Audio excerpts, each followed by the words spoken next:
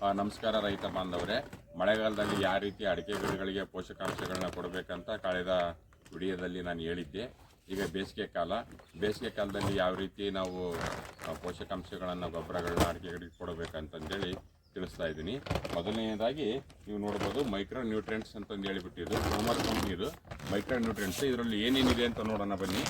ಮೊದಲನೇದಾಗಿ ನೋಡಿರಲಿ, ಜಿಂಕ್ ಇದೆ, ಬೋರಾನ್ ಇದೆ, ಫಾಸ್ಫರಸ್ ಇದೆ, ಸಲ್ಫರ್ ಇದೆ. ಜಿಂಕು, ಬೋರಾನು, ಫಾಸ್ಫರಸ್, ಸಲ್ಫರ್ ಮೂರು ಇದರಲ್ಲಿ ಮಿಶ್ರಣ ಇದೆ. ನೀವು ಇದನ್ನ ಕೊಡ್ಬೋದು. ಇದ್ರ ಜೊತೆಗೆ ನೀವು ನೋಡಿರಲಿ ಯೂಮಿಕ್ ಆಸಿಡ್ ಅನ್ನೋದು ಇದು. ಯೂಮಿಕ್ ಆಸಿಡ್ ಮತ್ತು ಅಮಿನೋ ಆಸಿಡ್ ಇದೆ. ನೋಡ್ಬೋದು, ನೀವು ತೋರಿಸ್ತೀನಿ. ಇದು ಬಲ್ಕ್ ಆಗಿ ತಗೊಂಡಿದ್ದೀನಿ, 25 kg ಬ್ಯಾಗ್ ಇದು ನೋಡಿ. ಯೂಮಿಕ್ ಆಸಿಡ್ ಮತ್ತು ಅಮಿನೋ ಆಸಿಡ್ ಇದೆ ಇದರೊಳಗಡೆ. 98% ಇರುತ್ತೆ ಇದರಲ್ಲಿ. ಇದನ್ನ ಯಾಕಪ್ಪ ಕೊಡಬೇಕು ಯೂಮಿಕ್ ಆಸಿಡ್, ಅಮಿನೋ ಆಸಿಡ್ ಅಂದರೆ ಬೇರುಗಳು ಸದೃಢವಾಗಿ ಬೆಳೀತಾವು, ಗಿಡ ಬೆಳವಣಿಗೆ ಭಾಳ ಹೆಲ್ತಿಯಾಗಿ ಗಿಡ ಬೆಳವಣಿಗೆ ಆಗುತ್ತೆ ಯೂಮಿಕ್ ಆಸಿಡ್, ಅಮಿನೋ ಆಸಿಡ್ ಕೊಡೋದ್ರಿಂದ. ಹಾಗಾಗಿ ನಾನು ಇದನ್ನು ಕೊಡ್ತಾ ಇದ್ದೀನಿ. ಇದರ ಜೊತೆಗೆ ಪೊಟ್ಯಾಶ್ ನೋಡ್ಬೋದು ನೀವು, ರೆಡ್ ಪೊಟ್ಯಾಶ್, ಕೆಂಪು ಪೊಟ್ಯಾಶ್, ಈ ಪೊಟ್ಯಾಶನ್ನು ಹಾಕ್ತಾ ಇದ್ದೀನಿ.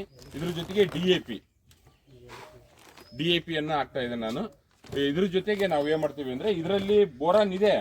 ಬೋರಾನ್ ಅಂಶ ಬೇಸಿಗೆ ಕಾಲದಲ್ಲಿ ಅತಿ ಹೆಚ್ಚು ಕೊಟ್ಟರೆ ಅಡಿಕೆಕಾಯಿ ಸೀಳುತ್ತಲ್ಲ, ಅಡಿಕೆಕಾಯಿ ಹೊಡೆಯುತ್ತಲ್ಲ, ಅದು ಏನಾಗುತ್ತೆ ಅಂದರೆ ಬೋರಾನ್ ಯಾಕಪ್ಪ ಅದು ಅಡಿಕೆಕಾಯಿ ಯಾಕೆ ಹೊಡೆಯುತ್ತೆ ಅಂದರೆ, ಬೋರಾನ್ ಅಂಶ ಕಮ್ಮಿ ಆದಾಗ ಮಣ್ಣಿನಲ್ಲಿ ನಾವೇನಾಗುತ್ತೆ ಅಂದರೆ ಅಡಿಕೆಕಾಯಿ ಡ್ಯಾಮೇಜ್ ಆಗುತ್ತೆ. ಅದಕ್ಕೆ ಏನು ಮಾಡಿದೀನಿ, ನೀವು ಮಳೆಗಾಲದಲ್ಲಿ ಅತಿ ಹೆಚ್ಚು ಬೋರಾನ್ ಕೊಟ್ಟರೆ ಅದು ವರ್ಕ್ ಆಗಲ್ಲ. ಬೇಸಿಗೆ ಕಾಲದಲ್ಲಿ ಅತಿ ಹೆಚ್ಚು ನಾವು ಬೋರಾನನ್ನು ಕೊಟ್ಟರೆ ಗಿಡಗಳಿಗೆ ಒಳ್ಳೆಯದು. ಅದಕ್ಕೋಸ್ಕರ ಎಕ್ಸ್ಟ್ರಾ ನೀವು ನೋಡ್ಬೋದು, ಎಕ್ಸ್ಟ್ರಾ ಬೋರಾನ್ ನೋಡಿರಿ, ಇದರಲ್ಲಿ ಬೋರಾನು ನಾನು ಎಕ್ಸ್ಟ್ರಾ ಆ್ಯಡ್ ಮಾಡ್ತಾ ಇದ್ದೀನಿ. ಈ ಬೋರಾನನ್ನು ನಾವು ಬೇಸಿಗೆ ಕಾಲದಲ್ಲಿ ಕೊಟ್ಟರೆ ಭಾಳ ಒಳ್ಳೆಯದು. ಅದಕ್ಕೋಸ್ಕರ ಇದರಲ್ಲಿ ಬೋರಾನ್ ಪರ್ಸೆಂಟೇಜ್ ಇದ್ರೂ ಒಂದು ಗಿಡಕ್ಕೆ 20% ಬೋರಾನ್ ಇರಬೇಕು. ಅದಕ್ಕೋಸ್ಕರ 20% ಇದರಲ್ಲಿ ಬೋರಾನ್ ಇಲ್ಲದೆ ಇರೋದ್ರಿಂದ ನಾನು ಏನು ಮಾಡ್ತೇನೆ ಅಂದರೆ ಬೋರಾನ್ 1 kg ಬ್ಯಾಗನ್ನು ಮತ್ತೆ ಇದಕ್ಕೆ ಆ್ಯಡ್ ಮಾಡ್ತಾ ಇದ್ದೀನಿ. ಇವಿಷ್ಟನ್ನು ನಾವು ಏನು ಮಾಡ್ತೀವಿ, ಮಿಶ್ರಣ ಮಾಡ್ತಾ ಇದ್ದೀವಿ. ಮಿಶ್ರಣ ಮಾಡಿ ಅಡಿಕೆಗಳಿಗೆ ಕೊಡಬೇಕು, ಗಿಡಗಳಿಗೆ ಕೊಡಬೇಕು. ಆಮೇಲೆ ಕೆಲವೊಬ್ಬರು ರೈತರು ಎಷ್ಟೆಷ್ಟು ಡೋಸ್ ಕೊಡಬೇಕು ಅಂತಂದು ಕೇಳ್ತಾ ಇರ್ತಾರೆ. ಅದು ವಯಸ್ಸಿನ ಅನುಗುಣವಾಗಿ ನಾವು ಡೋಸೇಜ್ಗಳನ್ನ ಕೊಡಬೇಕಾಗತ್ತೆ. ಆಮೇಲೆ ನೀವು ಯಾವ್ಯಾವ ಗೊಬ್ಬರ ಹಾಕಬೇಕು, ಏನೇನು ಡೋಸೇಜ್ ಕೊಡಬೇಕಂತ ನಿಮಗೆ ಮಾಹಿತಿ ಬೇಕಂದರೆ ನಾನು ವಾಟ್ಸಪ್ಗೆ ನೀವು ಆಯ್ ಅಂತ ಹಾಕಿ ಇಲ್ಲ ಫೋನ್ ಮಾಡ್ಬೋದು. ಆವಾಗ ಎಷ್ಟು ವರ್ಷದ ಗಿಡ, ಏನೇನು ಡೋಸೇಜನ್ನು ಕೊಡಬೇಕಂತಂದು ನಾನು ಮಾಹಿತಿ ಕೊಡ್ತೀನಿ. ಈಗ ಇಲ್ಲಿ ಹೇಳೋಕ್ಕಾಗಲ್ಲ. ನಂದು ಈಗ 4 ವರ್ಷ ಗಿಡ ಈಗ ಇರೋದು. ಒಂದು ತೋಟ 2 ವರ್ಷದ್ದಿದೆ, ಇನ್ನೂ ಒಂದು ತೋಟ 4 ವರ್ಷದ್ದಿದೆ. ಈ ಅನುಗುಣವಾಗಿ ನಾನು ಕೊಡ್ತಾ ಇದ್ದೀನಿ. ಉದಾಹರಣೆಗೆ ಹೇಳ್ಬೇಕಪ್ಪ ಅಂದರೆ, ನಮಗೆ 4 ವರ್ಷದ ಗಿಡಕ್ಕೆ ಇದಿದೆ, ನೀವು ನೋಡ್ಬೋದು, ಯೂಮಿಕ್ ಆಸಿಡ್, ಅಮಿನೋ ಆಸಿಡ್. ಇದನ್ನು ನಾನು 30 ರಿಂದ 40 ಗ್ರಾಮ್ ಒಂದು ಗಿಡಕ್ಕೆ ಕೊಡ್ತಾ ಇದ್ದೀನಿ. ನೀವು ಇದು ನೋಡೋದು ಮೈಕ್ರೋ ನ್ಯೂಟ್ರಿಯೆಂಟ್ಸ್ ಒಂದು ಗಿಡಕ್ಕೆ 50 ಗ್ರಾಮ್ ಕೊಡ್ತಾ ಇದ್ದೀನಿ, 4 ವರ್ಷದ ಗಿಡಕ್ಕೆ ಇದು. ಆಮೇಲೆ ಪೊಟ್ಯಾಶು ಒಂದು ಗಿಡಕ್ಕೆ 80 ರಿಂದ 100 ಗ್ರಾಮ್ ಕೊಡ್ತಾ ಇದ್ದೀನಿ. ನೀವು DAP 80 ರಿಂದ 100 ಗ್ರಾಮ್ DAPಯನ್ನು ಕೊಡ್ತಾ ಇದ್ದೀನಿ. ಬೋರಾನು ನಾನು ಒಂದು ಗಿಡಕ್ಕೆ 10 ಗ್ರಾಮ್ ಸೇರಿಸ್ತಾ ಇದ್ದೀನಿ ಅಷ್ಟೇ. ಎಕ್ಸ್ಟ್ರಾ ಇದರಲ್ಲಿ ಬೋರಾನ್ ಇದೆ, ಒಂದು ಗಿಡಕ್ಕೆ 10 ಗ್ರಾಮ್ ಸೇರಿಸ್ತಾ ಇದ್ದೀನಿ. ಈ ರೀತಿ ನೀವು ಸೂಕ್ಷ್ಮ ಪೋಷಕಾಂಶಗಳನ್ನು ವರ್ಷಕ್ಕೆ 2 ಟೈಮ್ ಕೊಡೋದ್ರಿಂದ ಗಿಡಗಳು ಭಾಳ ಹೆಲ್ತಿಯಾಗಿ ಬರ್ತವೆ ಅಂತಂದೇಳಿ ಈ ಮೂಲಕ ತಿಳಿಸ್ತೀನಿ. ಒಳ್ಳೇದಾಗಲಿ, ನಮಸ್ಕಾರ. ಈಗ ಯಾವ ಥರ ಕಲಿಸ್ತಾರೆ ಅಂತ ತೋರಿಸ್ತೀನಿ. ಸ್ವಲ್ಪ ಚೆನ್ನಾಗಿ ನೋಡ್ರಿ, ಈ ರೀತಿ ಬೋರಾನ್ ಇದೆ.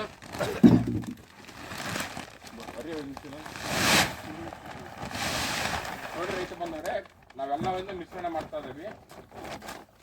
ನೋಡ್ರಿ, ಬೋರಾನನ್ನು ಮಿಕ್ಸ್ ಮಾಡಬೇಕು, ಪೊಟ್ಯಾಶನ್ನು ಮಿಕ್ಸ್ ಮಾಡ್ತಾ ಇದ್ದಾರೆ. ನೋಡ್ರಿ, DAP ಹಾಕೋ. DAP ಕೆಲವೊಬ್ರು ಏನು ಮಾಡ್ತಾರೆ, ಅಡಿಕೆ ಗಿಡಗಳಿಗೆ ಗೊಬ್ಬರಗಳನ್ನ ಹಾಕಬಾರ್ದು ಅಂತಾರೆ. ಅದು ಅವ್ರವ್ರ ವಿವೇಚನೆಗೆ ಬಿಟ್ಟಿದ್ದು. ಸ್ವಲ್ಪ ಪ್ರಮಾಣದ DAP ಕೊಟ್ಟರೆ ಏನು ತೊಂದರೆ ಇಲ್ಲ. ನೀವು ಫ್ಯಾಕ್ಟ್ರಿ 20-20 ಸಾರ್ವಜನಿಕ ರಂಜಕ ಇರತಕ್ಕಂಥ ಗೊಬ್ಬರಗಳನ್ನ ಕೊಡೋದ್ರಿಂದ DAP ಕೊಡೋದು ಭಾಳ ಒಳ್ಳೆಯದು. ಸ್ಲೋ ಆಗಿ ಕೆಲಸ ಮಾಡ್ತಾ ಇರುತ್ತೆ. ಸ್ವಲ್ಪ ಪ್ರಮಾಣದಲ್ಲಿ ಕೊಟ್ಟರೆ ಏನು ತೊಂದರೆ ಆಗಲ್ಲ ಅನ್ನೋ ನನ್ನ ಅನಿಸಿಕೆ. ತಿನ್ಸರು ಯೂಮಿಕ್ ಆಸಿಡ್ ನೋಡ್ರಿ, ಯೂಮಿಕ್ ಆಸಿಡನ್ನು ಸುರುತ್ತದೆ.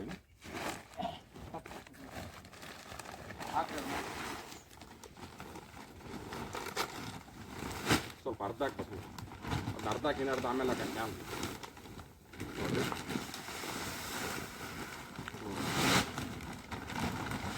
ಈ ಥರ ಎಲ್ಲವನ್ನೂ ಸುರ್ಕೊಂಡ್ಬಿಟ್ಟು ನಾವು ಏನು ಮಾಡ್ಬೇಕಪ್ಪ ಅಂದರೆ ಮಿಶ್ರಣ ಮಾಡಿ ಆಮೇಲೆ ಗಿಡಗಳಿಗೆ ಹಾಕೋದಾದ್ರೂ ಸಹ ನೀವು 1.5 ಅಡಿ 2 ಅಡಿ ದೂರ ಅಂತರದಲ್ಲಿ ಹಾಕ್ಬೇಕು. ನೀವು 4 ವರ್ಷದ ಗಿಡ ಅಂದ್ರೆ 2 ಅಡಿ ಗಿಡ ಬಿಟ್ಟು 2 ಅಡಿ ದೂರ ಹಾಕಿ.